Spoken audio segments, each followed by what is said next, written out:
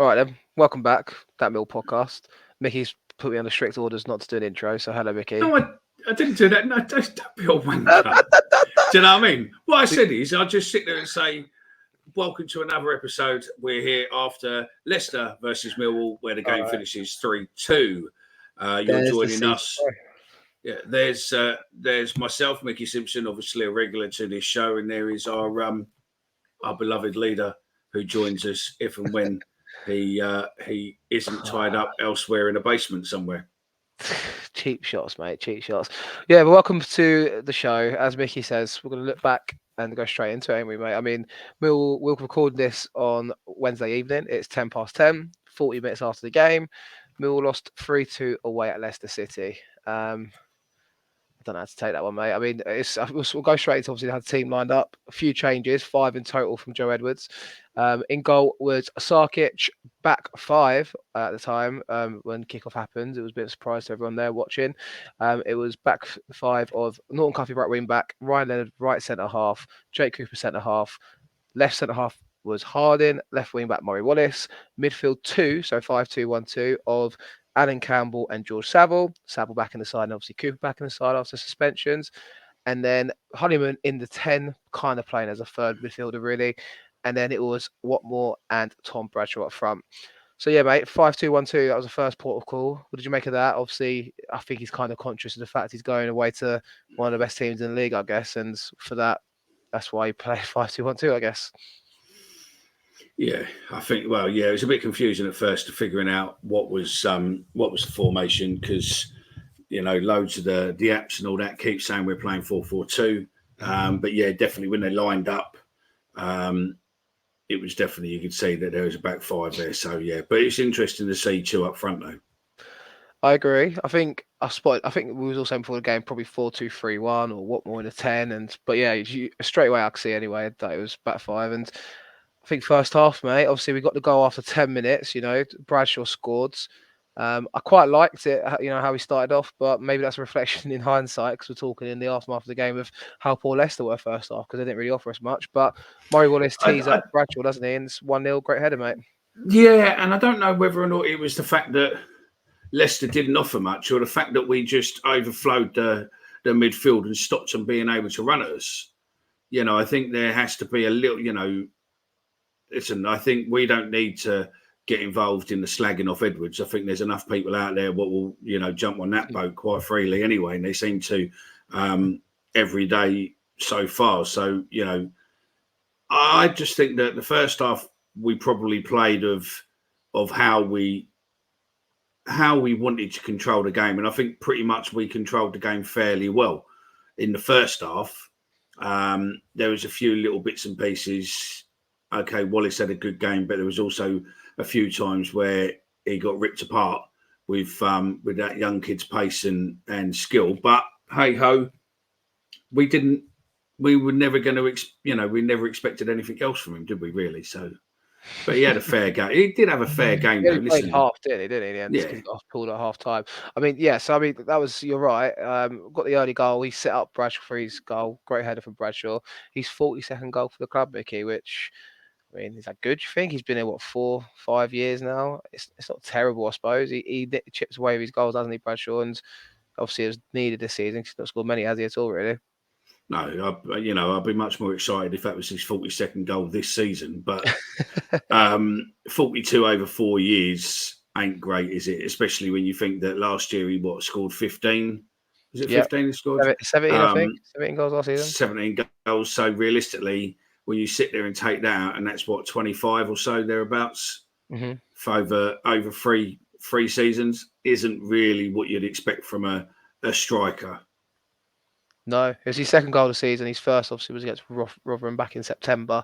So maybe the start of something for Bradshaw. Obviously, Nisbet was on the bench after the weekend. 5 changes in total. And yeah, I mean, if we touched on it, Harding left centre half and Leonard right centre half. I quite liked it first half. They didn't really challenge us too much, I felt like. They started to edge into it towards the end of the first half, and we went in 1-0 up at half time. The main talk for me at that point, mate, was obviously Wallace was on the yellow card, Cooper was on the yellow card, and Harding was on the yellow card, which then brought changes at half time or a change with Danny Mack coming on at left wing back for Wallace. I think that's more precautionary, isn't it, from Edwards at the time, because 3 defenders on yellow cards, best get one of them off, I suppose.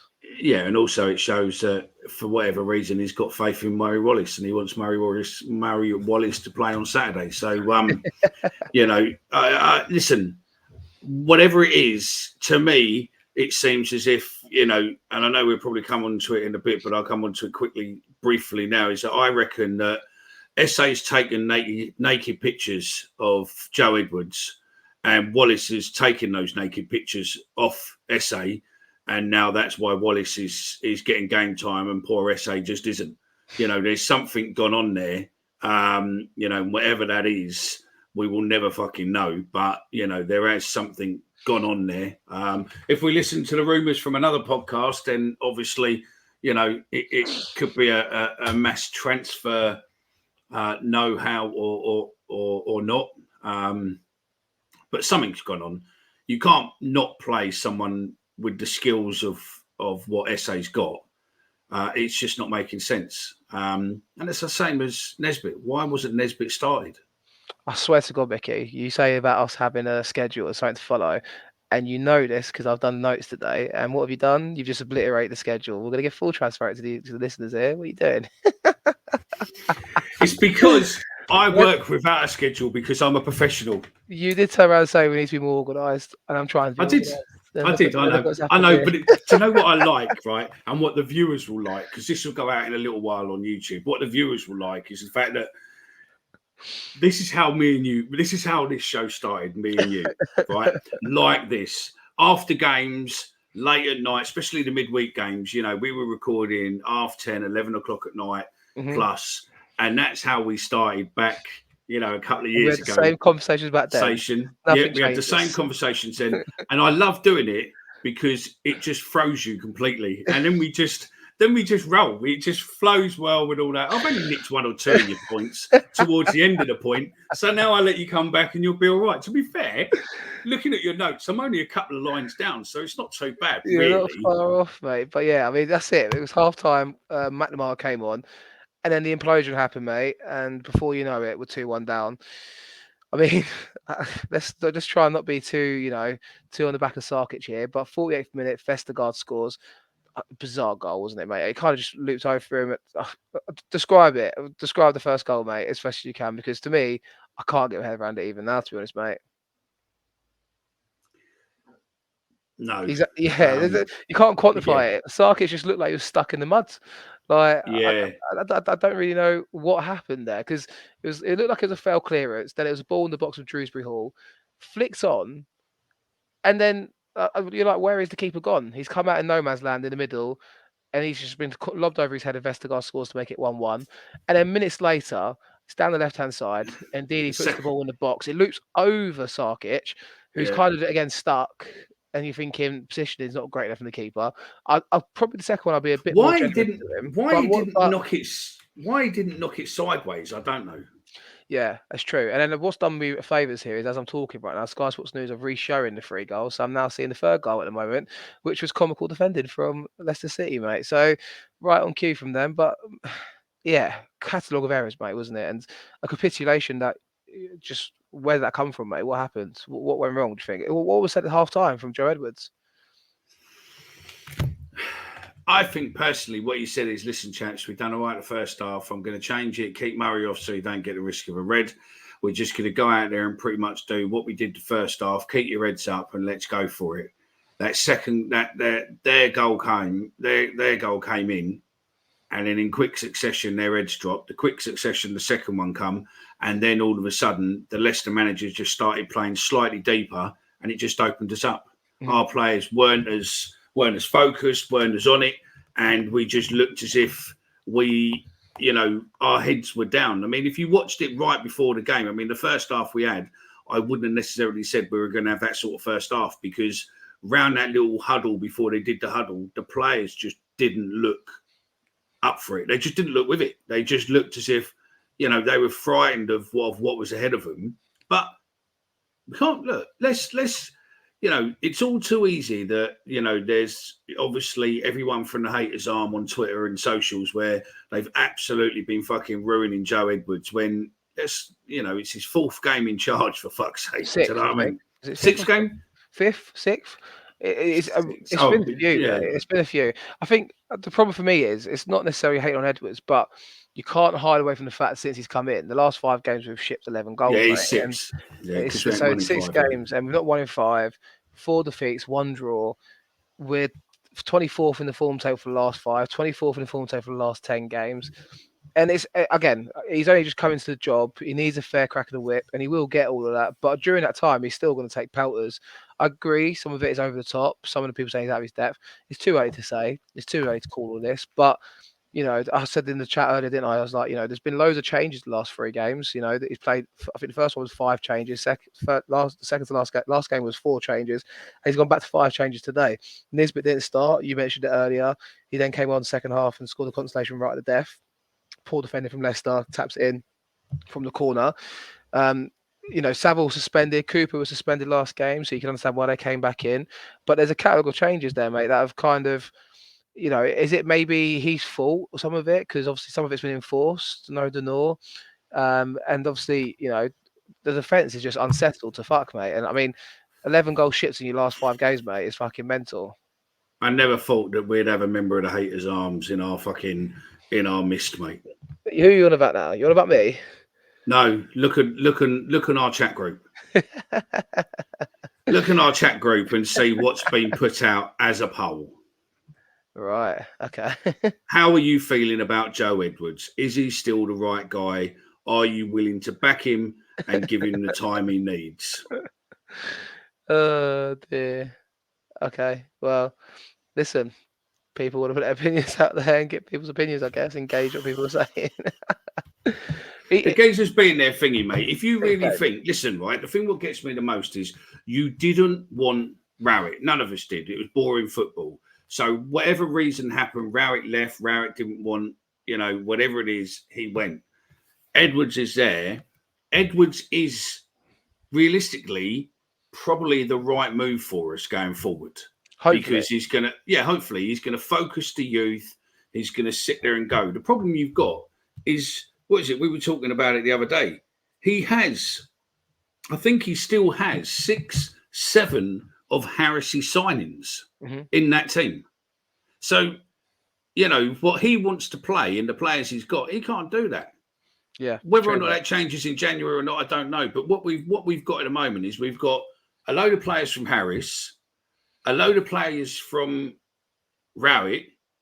Both of them play different formations. They're being mixed together to suddenly play a manager with a whole different attacking, a vision where he's trying to make players fit to attack and try and, retrain players or get players to, what he's finding and then going forward. Why isn't he playing youth?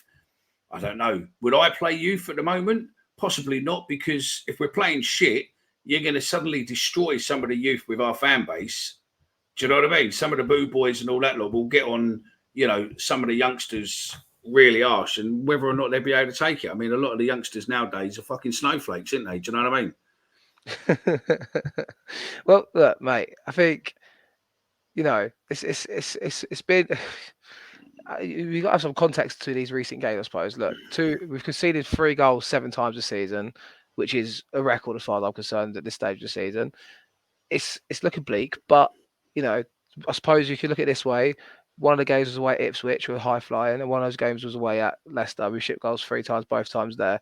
I'm not making excuses, but I do think he needs to get something put together quickly, mate, because our next 3 games are Huddersfield at home, who are down there with us, Stoke away, who are down there with us, and QPR at home, who are down there with us. I mean, I'm sure we'll preview them 3 games at full length as we get closer to them, mate. But they're fucking massive games, mate. That they're as big as you get at this stage of the season, aren't they? Huge. To be fair, I've already got a text from my fucking powers of QPR fan taking the piss, going, "Oh, we're nearly neighbours." Do you know what I mean? Like fucking. Do you know what I mean? It's close down there. It is. I mean, the next 3 games are make or break, really. The best we need is a draw, and it'll be fantastic to fucking get some wins. And I think they do. I mean, let's not hide away from the fact that we went to potentially probably the best team in the Championship today, and we only got beat 3-2. Yeah, but it could have been a cricket score. If they It wanted could to have turn been, up. but it wasn't. They didn't even need to get a second gear, mate. The Well, defence was. I it question some of doesn't the players' matter. attitudes, mate. Some of the players in there tonight. I really do. I know it's only one result, but this is a culmination of the last 10 games, last 12 games. We're in a rut, and it's like Probably the last 50 games, to be fair. I mean, we're in a rut. let's be honest. It's probably, again, we go back to it. It's from the Blackburn game. It was, to be fair, a few before that, because if we hadn't have fucked those games up, we would have been in the playoffs rather than going. And I'm telling you, I would love, when these players leave, I will love to interview them and find out what the fuck happened on that Blackburn game, because on that Blackburn game, because how the fuck can you be winning 3-0 against a team who hasn't scored more than one goal in about 8 months to suddenly they come out and score 4 goals against you? It's bollocks. Yeah. It don't make sense. I mean, I'm over that day, mate. I don't want to talk about it because it just brings back memories that I don't. But you get what I'm saying. Since then, there's something's, whatever it is has been wrong with the players. If they start 1-0 down, their heads go. I don't think it's been a long time since you've seen a Millwall team heads drop, because you've got no one on there, like, for instance, I don't know, Tony Craig, fucking Morrison or Gregory, where they had something about them and went, yeah, we're 1-0 down, lads, but come on, we can have this. Let's go. I do think that is a problem here. I think also, at least with Rowett was that, albeit quite young manager, he was quite experienced in the game at that stage. He's been at Birmingham, Stoke, Derby, Burton. He's been in situations where he's been in bad runs before. These players have too, but Joe Edwards, welcome to the Championship, mate, because there's 6 games in, mate. You've won 1, lost 4, and drawn 1. It's not looking good. It's only 6 games. I'm on your side as well. I'm backing him completely. He's got to have a transfer window, bring players in. If he survives this season, you give him the summer to rebuild and go again. And this is where the club wants us to go. And that's fine by me. I have no qualms. However, there's that immediate threat, mate, because we are nosediving and we're in big, big trouble if we don't pull out some results. And you're right. Who's them leaders in the team? Where's the belief? Where's them people that are going to rally these players up? Where are them players that are going to go, listen, lads, we've lost today, but there's another game Saturday. Forget about today. Who is it? Who is it? This is my point. Who is it? That's what I'm saying. I mean, if you're watching this tonight on YouTube, get in the comments, let us know who it is. I would probably say I wouldn't necessarily call them leaders, but I'd say people who are probably going, listen, gents, we need to keep our heads up and all that. People like probably Billy Mitchell, fucking Danny Mack, those sort of people.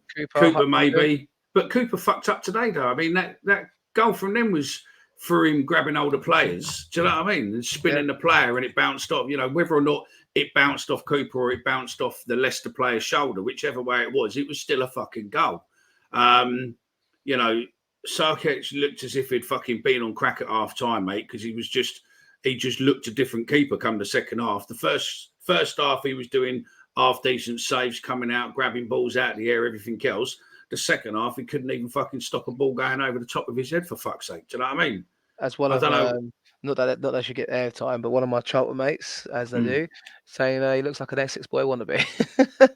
He might well look like an Essex boy wannabe, but if he's the same age as you, he's never fucking seen Charlton beat us. Do you know what I mean? In a competitive game before they come back and go, we beat you in a friendly. Surprising they pipe up this time, when time's against us at the minute. That's the only times you hear from them otherwise, but there you go. Even our youth spanked them fucking, 7-0 the other day, 8-0, 7-0, 6-0. So anyway, listen, once you've beaten us for 25 years, then you can come back and give it. Otherwise, get yourself down to Clapham, you fucking speckled little cunt, and watch some trains for an afternoon. Do you know what I mean?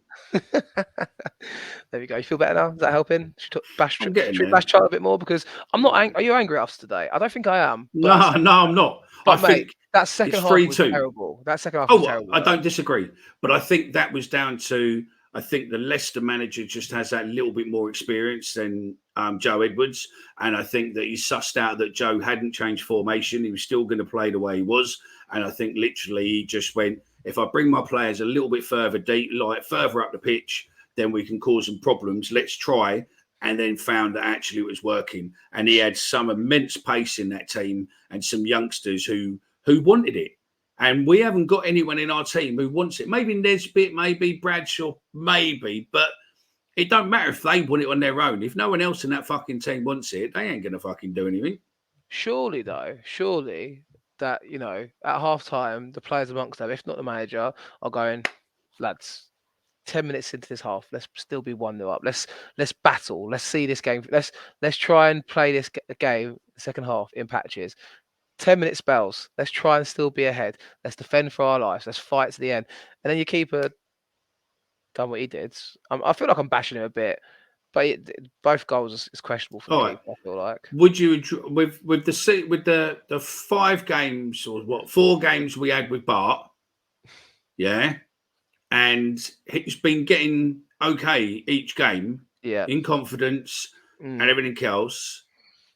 Would you have gone, okay, thanks, Bart, right, in you go? Or would you have just kept Bart in a little bit and then slowly maybe eased him in? First half, and I think I even said it in the chat, and even at Cardiff as well, and I know he made his mistake for the goal, but again, it came in quickly, whatever. I think Sarkic has been all right and shown glimpses of why we signed him. I totally agree with you. I see it. So, but maybe he's not played for a while. That match sharpness ain't there. It's been a couple of games now. He needs that run of games, and if you're going to do it, I suppose let him play away at Leicester, where you're probably going to lose. Let's be honest, barring a miracle. All right, I wouldn't have dropped Bart, but on Bart's form, he wouldn't deserve to be dropped. However, we've invested in a goalkeeper there that's worth a couple million quid for the club, and he's an asset, and you don't want him to dwindle in value. You want to keep his value present. You want him to play games, and if he's worthy of a start, give him the chance. And I don't think he's been terrible. I've seen enough in him that he's positive. That's enough for me to like. But the mistakes, yeah, I mean, they weren't great, mate. They weren't great at all. No, they weren't. But hey ho, look. As I said, a little while ago, we got beat by potentially the best team in the Championship with the most money, with the best fucking players.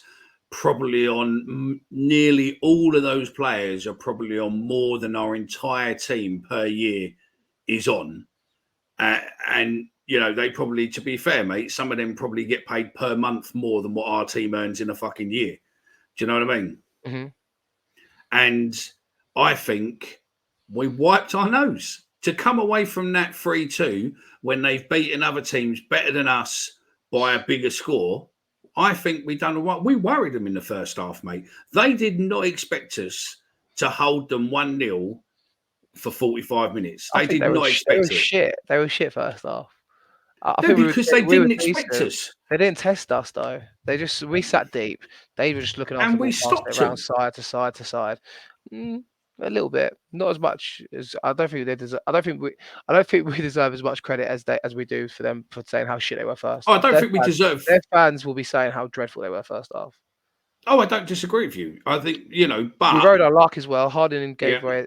Should have possibly been sent off first half as well. Yeah, I saw some positives from that. I thought the formation worked. I liked having Cooper in the heart of a 3 with Leonard and Harden either side with a bit of pace. Just the injuries or players not being available. Where's Joe Bryan? Where's his options for Edwards? And this is when I start to feel for him because he's not got a settled team. He's made a lot of changes like I've alluded to. I mean, if there's more positives to take from today, mate, both his strikers have scored goals. Nisbet's now on 5 for the season. He's crawling close to that 10 20 if you goal take tally, in, mate. 10 if you take in the pre-season because he was scoring 1 a game in the pre-season, wasn't he? So, yeah. So, look, I want both of them to start Saturday. I want both of them to start. I want to see 2 up front, Bradshaw and Nisbet. And they both scored tonight. I think you got to play both of them. But, yeah, it's not great times, mate. You touched on Romain Esse. Thanks for that earlier on. So I've let it in. You've come back. We've given him a hook early on, and now they're coming back. Do you know what I mean? He hasn't played the last 4 games. Unused sub in all 4. He's played 26 minutes and 4 minutes, I think, in Joe Edwards' 6 games. So half hour in total football. Considering he's our star child, the star boy as we call him, the Southwark Saka, the Nadges go on. We all love him. We all want him to succeed and play. He's given Amaku a couple of opportunities to play. He's even started Amaku in a game. why is Esse not getting these opportunities? What's happened here? There's conspiracies, rumor mills always come out. I saw someone tweet earlier. It's only Twitter. I don't really care about the result. There's no source to it. But he said, it's the questioning. Maybe the rumor he's heard the other day is true. What could that be? What's the That was a theory? rumor on another pod, wasn't it? Have So, have Esse and Edwards fall out? I highly doubt that because of Esse's personality. My opinion. Is it potentially that we're protecting Esse because there maybe is a move lined up for him? I don't know about that either. He signed a contract, didn't he? And he's a Mill youth player, he's a Mill player, Mill homegrown product. I don't think he'd angle for a move. He seems like he's got his feet on the ground. But why isn't he getting his opportunities, mate? He's not played the last 4 games, and we're making all these changes. He's rolling the dice. He's giving Fleming chances. He's giving Nisbet, Bradshaw, Watmore, Honeyman, all these players a chance. There's no opportunity being offered to Esse. He's even given Maku a chance. He's come off the bench a couple of times. What's Roman Esse got to do to get a chance? I'm not necessarily saying Esse would have been the answer today, but he's not even getting a crack of the whip. What's going on there? it's like what I said earlier. Is it, what the fuck? What the fuck? I mean, again, he was on the bench today. You could have given him 20 minutes and he could have possibly made a change. He is a player that is hungry, wants to do things. And to me, he would have been a player, when you changed the front two or whatever, I would have probably changed him, put Nisbet and him up, or I don't know. What Would you have put? When you took Honeyman off, would you have put him in front and then put Fleming and Nisbet just in front of him? Don't know. It's one of those. It's never going to happen, is it? I mean, he doesn't. But is he going to get a game at some point? To me, I'd like to see him start and see what's what. But I do think that he has had a couple of shit games when he's been on.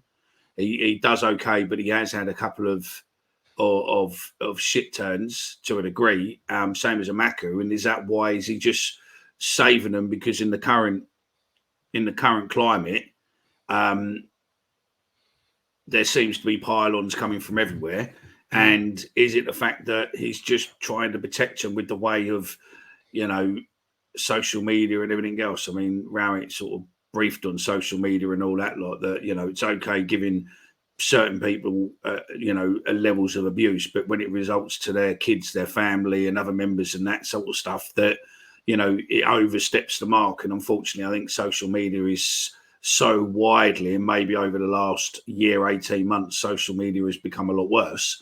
Is he just literally duty of care trying to protect him? Yeah.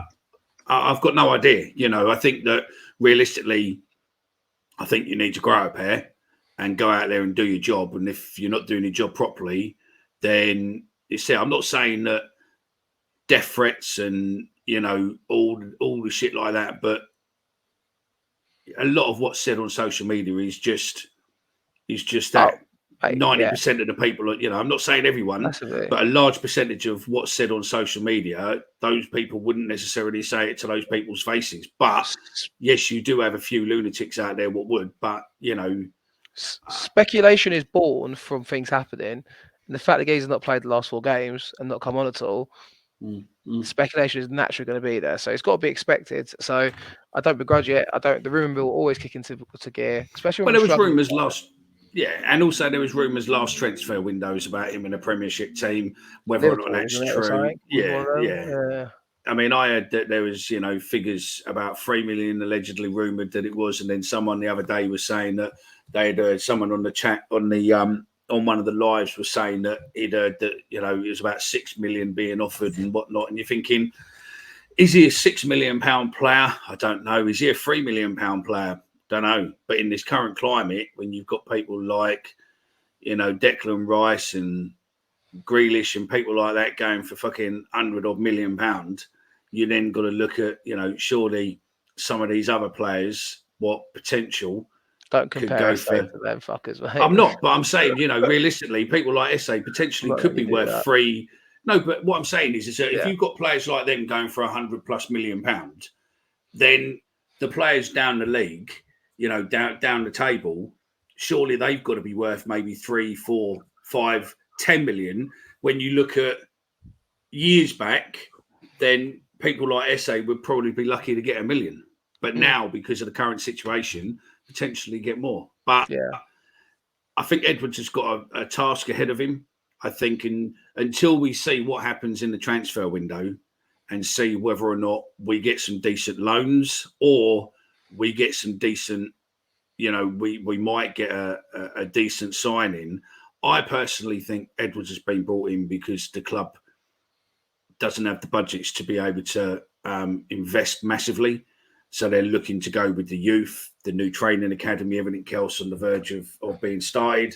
I think that's the business plan behind Edwards. Yeah. And potentially one of the reasons why Gary Rowett thought he's not going to be able to move it forward because he's not going to be able to invest maybe 10, 15 million pound in players. Listen, I'm for the business plan. I agree. You know I do because it's something I want us to do for ages and do this kind of direction. Just the question is, it's like if you what's the jeopardy for that in the short term? Because it could nosedive very, very quickly. But I don't know. We've got January to come. I think we need to, the next 3 games are going to be fucking huge. I can't stress that enough. 2 at home. Need to get that dent going, mate, and we need to get results there. On the Esse thing, to put it to bed, from my point of view, I personally think he's protected him. But if Yeah, I there is do. rumours, then obviously that begs the question. Esse and a team that's struggling won't succeed. But could he be that moment of magic that could maybe bring him out of it? Is the argument back to that, isn't it? So, No, that's it. One thing yeah. is, rumours are called rumours for a reason. Mm-hmm. Truth is called truth for a reason. Mm-hmm. And Right now, I can't it's a ever see rumour. you never know. Who knows? And I'm sure we'll hopefully start Saturday. He starts Nisbet, starts Bradshaw. We win 3-0 against Huddersfield, and we'll go home happy on Saturday night. So that's part of the That's plan. it. And no doubt we'll be fucking clipped up by Liverpool fans now saying that we said Esse's going to Liverpool when we haven't. But a bit like when who is it? The With you and Fleming and Burnley, mate.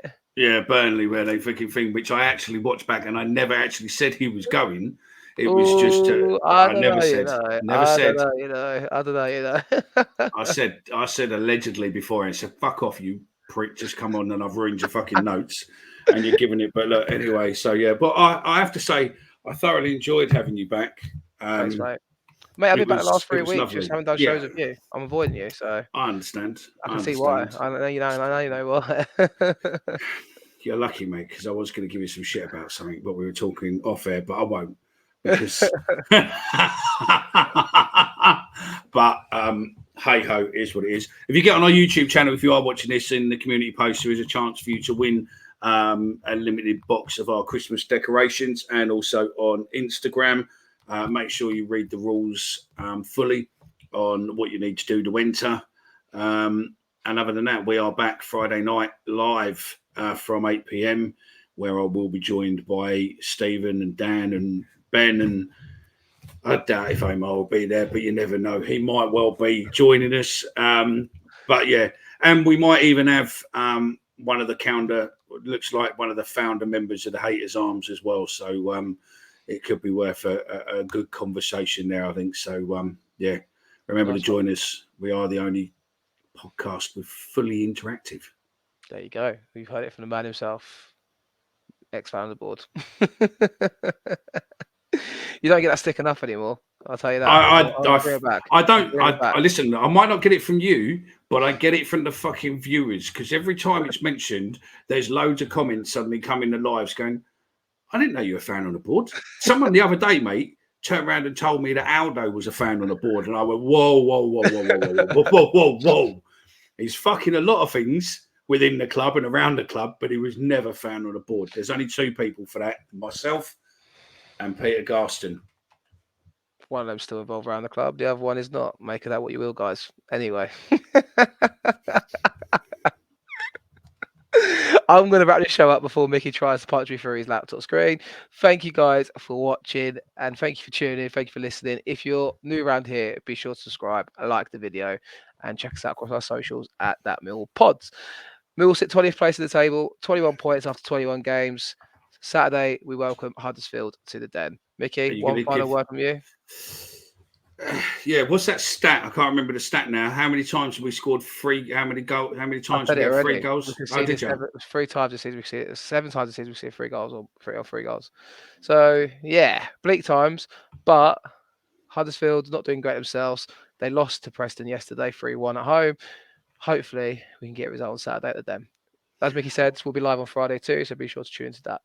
Mickey, one last word before I click end recording. Just a big shout out to Omar's barber.